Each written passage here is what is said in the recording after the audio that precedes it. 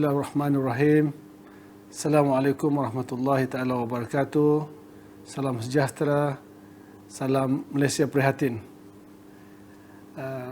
Alhamdulillah, saya ingin mengambil kesempatan ini untuk mengucapkan selamat datang dan tahniah kepada semua pelajar-pelajar baru, mahasiswa dan mahasiswi UiTM Cawangan Sabah yang baru untuk sesi Oktober 2020. Anda adalah merupakan antara yang terpilih daripada puluhan, kalau tidak ratusan ribu pemohon yang telah mencuba nasib mereka untuk mendapatkan tempat di pelbagai universiti awam di negara ini, termasuklah Universiti Teknologi Mara dan secara khususnya UiTM Cawangan Sabah.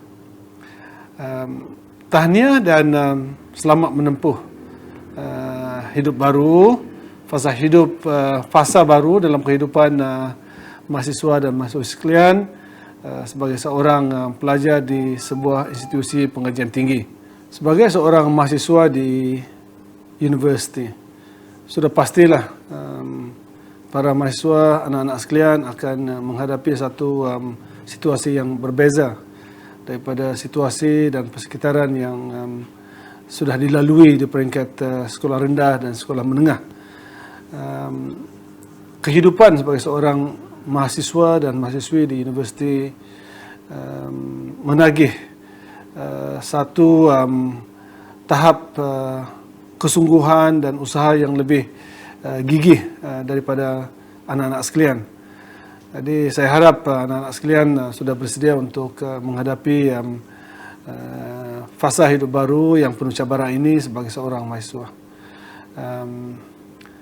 Saya juga ingin mengambil kesempatan ini untuk barangkali memberikan sedikit nasihat dan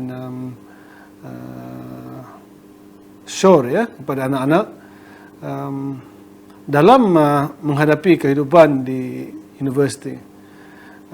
Selain daripada anak-anak akan bergelut dengan cabaran-cabaran aktiviti pembelajaran dan pengajaran, aktiviti akademiknya, anak-anak juga perlu mengambil kesempatan selama berada di universiti untuk mengambil ruang dan kesempatan yang disediakan oleh universiti untuk menyerlahkan bakat dan keupayaan sebenar anak-anak sekalian untuk merealisasikan potensi anak-anak sekalian untuk menjadi versi yang terbaik untuk diri masing-masing. Perkara ini tidak mudah dan bukan satu perkara yang sepatutnya diambil ringan. Ini memerlukan kesungguhan dan komitmen yang tinggi daripada anak-anak sekalian. Dan ianya juga mungkin tidak akan berjaya dilaksanakan sekiranya anak-anak tidak sentiasa mengambil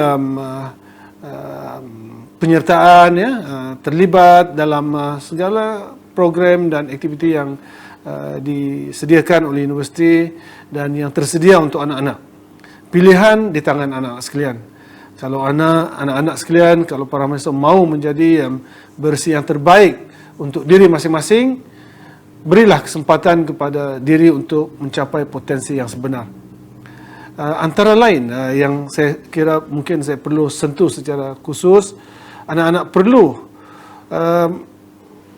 membahagikan masa, memberikan ruang dan peluang kepada aktiviti lain supaya aktiviti akademik itu dapat diseimbangkan dengan aktiviti-aktiviti lain yang tidak semestinya berkaitan langsung dengan akademik. Maksudnya tidak directly related to your academic pursuance. Contohnya untuk membina kehebatan sebagai seorang individu yang cemerlang. Ini memerlukan anak-anak terlibat dalam barangkali banyak platform yang tersedia. Salah satu yang, kalau saya boleh ambil contoh pengalaman saya sendiri sebagai salah seorang pelajar yang juga belajar di kampus ini, adalah untuk terlibat dalam pelbagai aktiviti ekstrakurikulum. Ini bermaksud aktiviti-aktiviti yang tidak semestinya berkaitan langsung dengan secara langsung dengan aktiviti akademik. Saya suka mengambil memberi saranan yang khusus untuk anak-anak terlibat, contohnya dalam kegiatan debating society. Ya. Kalau kita boleh jadikan dasar, dan of course ini bukan satu perkara yang mudah untuk dilaksanakan, tapi kalaulah kita boleh memperkenalkan satu dasar, pada hemat saya salah satu dasar pembangunan pelajar yang mungkin sangat berguna adalah untuk mewajibkan untuk to make it compulsory for all the students to be involved in certain amount of debating activities. Jadi ini penting anak-anak sekalian, penting untuk para mahasiswa membina keyakinan diri, kebolehan untuk berkomunikasi, kebolehan untuk menyatakan pendapat dengan tuntas, dengan cermat dan dengan tepat. Jadi ada banyak aktiviti yang boleh dipilih, tapi mungkin ini satu yang saya kira anak-anak sekalian perlu ambil peluang. Libatkanlah diri dengan aktiviti debating, aktiviti perdebatan. Sebab ini suatu perkara yang kalau mengikut pengalaman ramai orang termasuk diri saya sendiri adalah suatu yang sepatutnya kalau boleh dimestikan agar semua mahasiswa dan mahasiswi melibatkan diri. Yakinlah bahawa you can be the best version of yourself if you give yourself a chance to develop, to become someone of caliber. Ada banyak aktiviti lain juga yang saya kira nanti para mahasiswa akan dapat lihat sepanjang berada dalam kampus nanti. Saya doakan semoga anak-anak sekalian sentiasa berjaya. Ya. Saya tidak berniat untuk bercakap panjang pada kali ini. InsyaAllah kita akan ambil kesempatan pada masa-masa yang akan datang. Selain daripada program Minggu Destinasi Siswa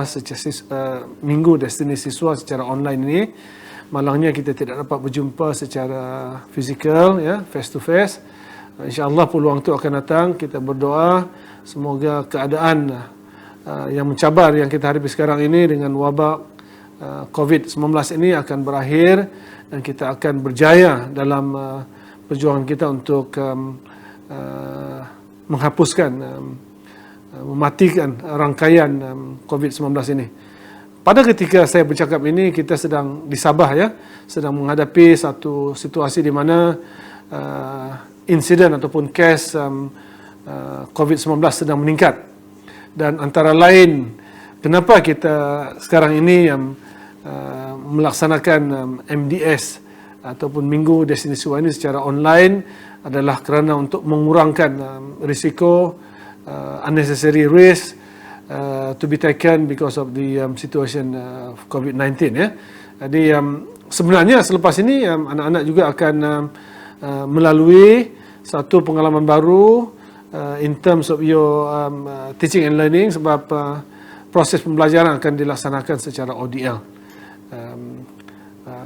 It's not online distant learning, it's open and distant learning. So, maksudnya ada pelbagai platform yang akan digunakan untuk membolehkan anak-anak sekalian, para mahasiswa baru khususnya, mengikuti kuliah, mengikuti aktiviti pembelajaran. Tapi insyaAllah pihak universiti khususnya di UiTM Cabang Sabah ini kita akan berusaha sebaik mungkin untuk memberikan segala bantuan dan kemudahan untuk memastikan anak-anak ataupun para mahasiswa dapat mengikuti kuliah dengan sebaik mungkin.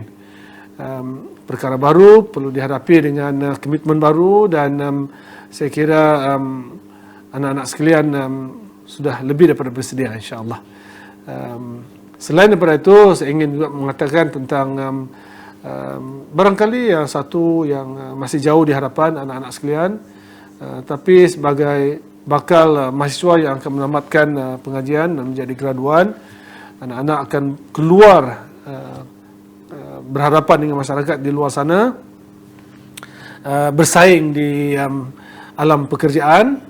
Dan bila kita sebut alam pekerjaan ni, I would actually prefer to say that anak-anak para graduan nanti bukan keluar semata-mata untuk menjadi pencari pekerjaan, employment seeker.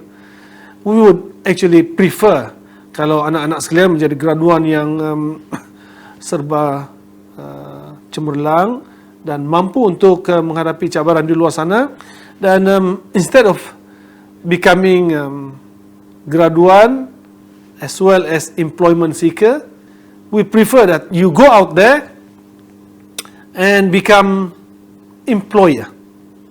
Ini satu falsafah baru dalam pendidikan di Institut Pengajian Tinggi ya. Sebagai penutup kepada perkongsian saya kali ini, barangkali saya ingin menyebut tentang bagaimana anak-anak sekalian perlu sentiasa bersedia sepanjang menjadi mahasiswa di universiti, sepanjang kehidupan anak-anak di kampus nanti. Berilah peluang kepada your best version of yourself itu tadi untuk menyerlah. Dan saya kira kecemerlangan akademik salah satu perkara yang penting, tapi seperti yang telah sebut awal-awal tadi, jati diri juga perlu dibina ya. Keupayaan sebenar anak-anak sekalian perlu dijana dan apa kata orang tu, dibentuk dengan segala macam peluang yang tersedia di dalam persekitaran di dalam universiti ya. Jadi akhirnya kita berharap anak-anak sekalian akan berjaya dalam pengajian. InsyaAllah kita doakan keluar sebagai graduan yang serba boleh yang saya sebut tadi, yang boleh bersaing di dunia luar sana, yang akan membawa obor sebagai graduan UiTM yang bakal kita jadikan sebagai kebanggaan ya. Maksudnya universiti ini, universiti keramat ini, berharap anak-anak sekalian akan keluar untuk menjadi obor kepada masyarakat ya, menjadi contoh kepada graduan, kualiti graduan yang kita harapkan. Dan saya ingin rangkumkan perkara ini berdasarkan 3 perkara. Yang pertamanya seperti yang kita nyatakan dalam perancangan strategik universiti, we want to produce graduan yang memiliki ciri-ciri excellence, synergistic dan berintegriti. Itulah apa yang kita sebut sebagai ESI ya, excellence, synergy and integrity. Maksudnya kita mahu para graduan UiTM keluar di alam luar di sana menjadi obor kepada masyarakat sebagai graduan yang memiliki tahap kecemerlangan yang tinggi, bersedia untuk berkhidmat kepada masyarakat dan negara, juga memiliki keupayaan untuk menjadi penyumbang ya, memberikan elemen sinergi kepada apa juga aktiviti yang akan membantu membangunkan masyarakat dan negara dengan penuh integriti. Dan ini sangat penting. Integriti adalah merupakan suatu perkara yang mungkin semakin dipandang ringan. Tapi di Universiti Keramat ini kita ingin memberikan ingatan dan kita akan cuba usahakan supaya anak-anak sekalian yang bakal menjadi graduan akan memiliki ciri-ciri integriti ini untuk menjamin bahawa masyarakat yang kita akan bina bersama-sama akan dihormati dan dipandang tinggi di seantero dunia. Jadi akhirnya saya ingin mengucapkan tahniah sekali lagi dan selamat berjuang, selamat mengikuti